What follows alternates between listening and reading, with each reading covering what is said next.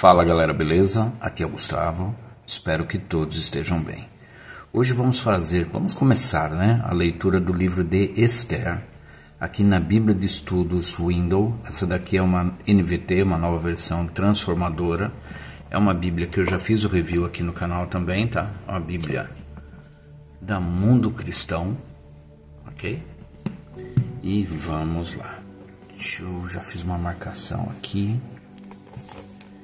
Eu vou dar uma lida nessa parte de estudos aqui, tá?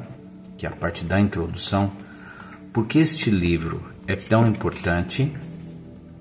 Qual a ideia central? Qual a aplicação disso? E vou ler o capítulo 1 com a notinha de rodapé que tem aqui, tá? Momento de oração. E aqui já é do capítulo 2, então fica para amanhã. Mas vamos lá.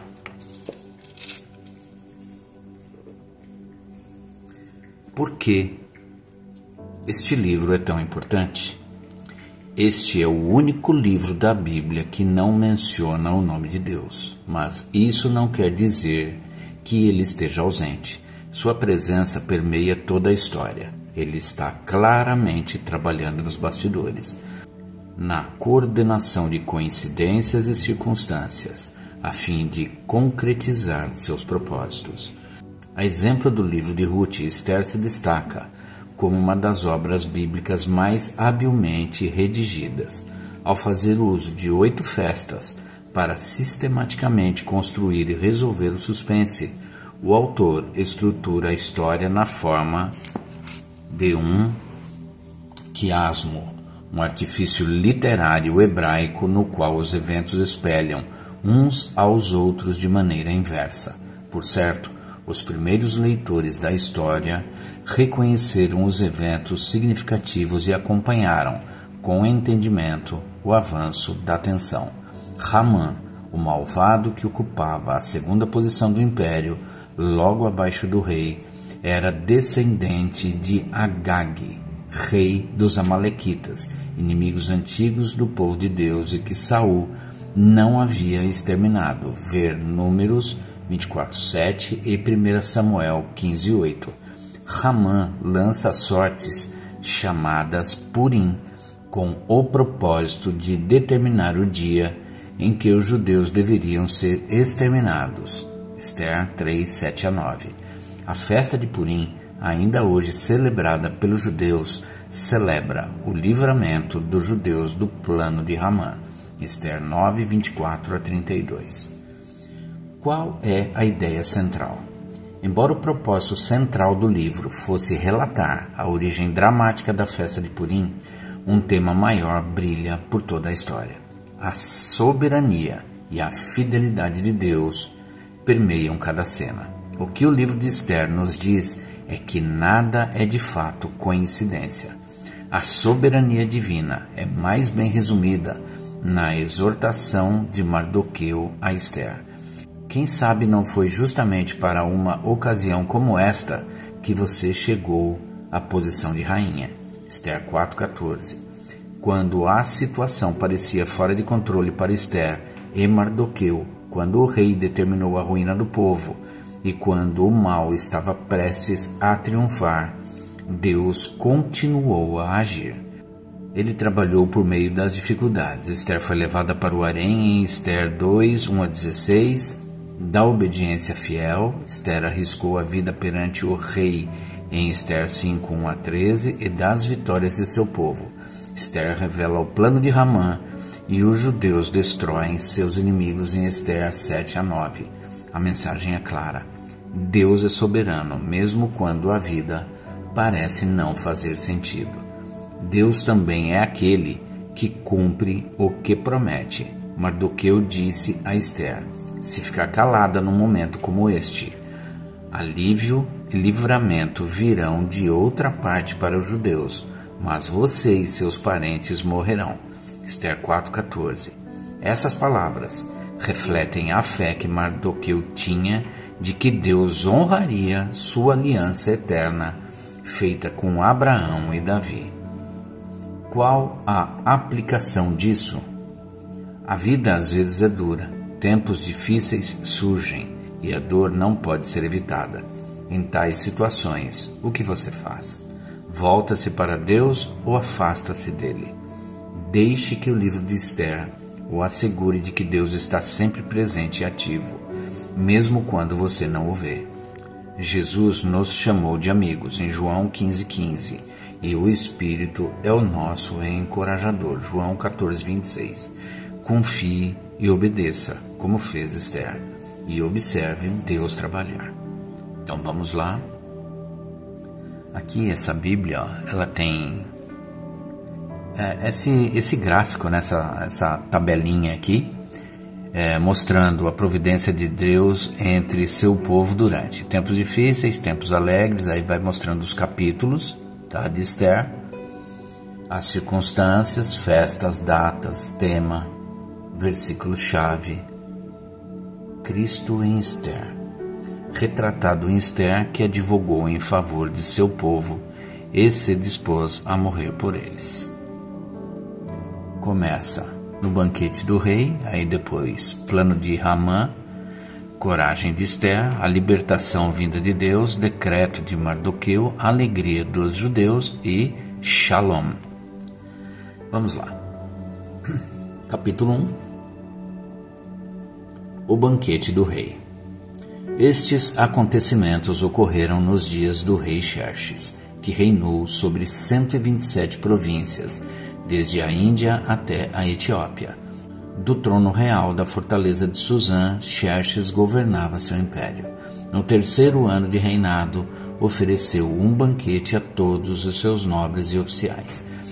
Convidou todos os oficiais militares da Pérsia e da Média e os príncipes e nobres das províncias. A festa durou 180 dias e foi uma demonstração formidável da grande riqueza do império e da pompa e esplendor de sua majestade.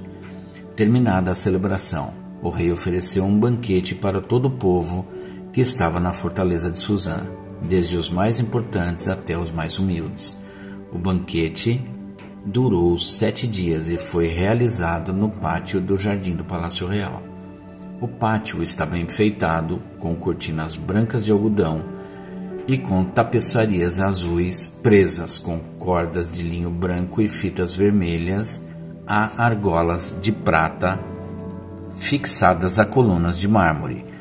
Havia sofás com armação de ouro e de prata sobre um piso de mosaico de pórfiro, mármore, madrepérola e outras pedras preciosas. As bebidas eram servidas em taças de ouro de diversos modelos e havia grande quantidade de vinho real, para mostrar a generosidade do rei. Por ordem do rei, podia-se beber à vontade, pois ele havia instruído os oficiais de seu palácio a servirem quanto vinho cada convidado quisesse. Na mesma ocasião, a rainha Vasti ofereceu um banquete para as mulheres no palácio do rei Xerxes. A rainha Vasti é deposta. No 7º dia da festa, quando o rei Xerxes estava muito alegre por causa do vinho, ordenou aos 7 eunucos que o serviam, Meumã, Bista, Harbona, Bigtá, Abacta, Zetate e Carcas, que lhe trouxessem a rainha Vasti usando a coroa real. Ele queria que os nobres e os demais convidados contemplassem sua beleza, pois era uma mulher muito bonita. Mas, quando transmitiram a ordem do rei à rainha Vasti, ela se recusou a ir. O rei ficou furioso e indignado. Então o rei consultou seus sábios, que entendiam das leis e dos costumes dos persas, e aos quais ele sempre pedia conselhos. Seus nomes eram Carsena, Setar, Admata, Tarsis, Meres, Marcena e Memucã, 7 nobres da Pérsia e da Média. Tinham acesso direto ao rei e ocupavam os cargos mais altos do império. O que se deve fazer com a rainha Vasti? Perguntou o rei. De acordo com a lei, qual é o castigo para uma rainha que se recusa a obedecer às ordens do rei transmitidas pelos eunucos? Memucã respondeu ao rei e aos nobres. A rainha Vasti ofendeu não somente o rei, mas todos os nobres e cidadãos das províncias do império. Mulheres de toda parte começaram a desprezar o marido quando souberem que a rainha Vasti se recusou a comparecer diante do rei. Antes de terminar este dia, as esposas dos nobres do rei em toda a Pérsia e Média saberão o que a rainha fez e começarão a tratar o marido da mesma forma. Haverá grande desprezo e indignação sem fim. Portanto, se parecer bem ao rei, sugerimos que publique um decreto real, uma lei dos medos e dos persas que não pode ser revogada. Determinará que a rainha Vasti seja expulsa para sempre da presença do rei Xerxes e que o rei escolha outra rainha mais digna que ela. Quando o decreto for publicado em todo o vasto império do rei, maridos de toda parte, seja qual for a posição social, serão respeitados pela esposa. O conselho pareceu razoável ao rei e a seus nobres, e ele aceitou a proposta de Memucã. Enviou cartas a todas as partes do império, a cada província em sua própria escrita e língua, proclamando que todo homem devia ser o chefe de sua própria casa e ter sempre a última palavra. Terminado o capítulo 1, tem uma notinha de rodapé aqui, ó. Um Deus cheio de amor. É difícil até imaginar a vulgaridade e a depravação exibidas no pátio onde se realizou o banquete do rei Xerxes, mas apesar do baixo padrão moral e do fim do casamento do rei, os propósitos de Deus não foram frustrados. Falhas morais e conjugais não são capazes de impedir a vontade divina. E isso é um grande encorajamento para nós, especialmente se já tivermos fracassado nessas áreas. Os propósitos de Deus suplantam nossos erros e fracassos. Nós podemos falhar, mas Deus nunca falha. E é isso, gente. Terminado o capítulo 1, amanhã eu retorno para o capítulo 2 e 3. Não vai ter muita nota no meio. E aqui no capítulo 4 já tem esse quadro do estudo do personagem Esther. Ok? E aqui também o exorte seus filhos. Então vai ser depois de amanhã, né? Capítulo 4, esse quadro de estudos e personagem Esther. E é isso. Vou marcar o lugar certo aqui, senão amanhã eu me perco. Espero que todos tenham uma excelente tarde. Que Deus abençoe a vida de cada um de vocês.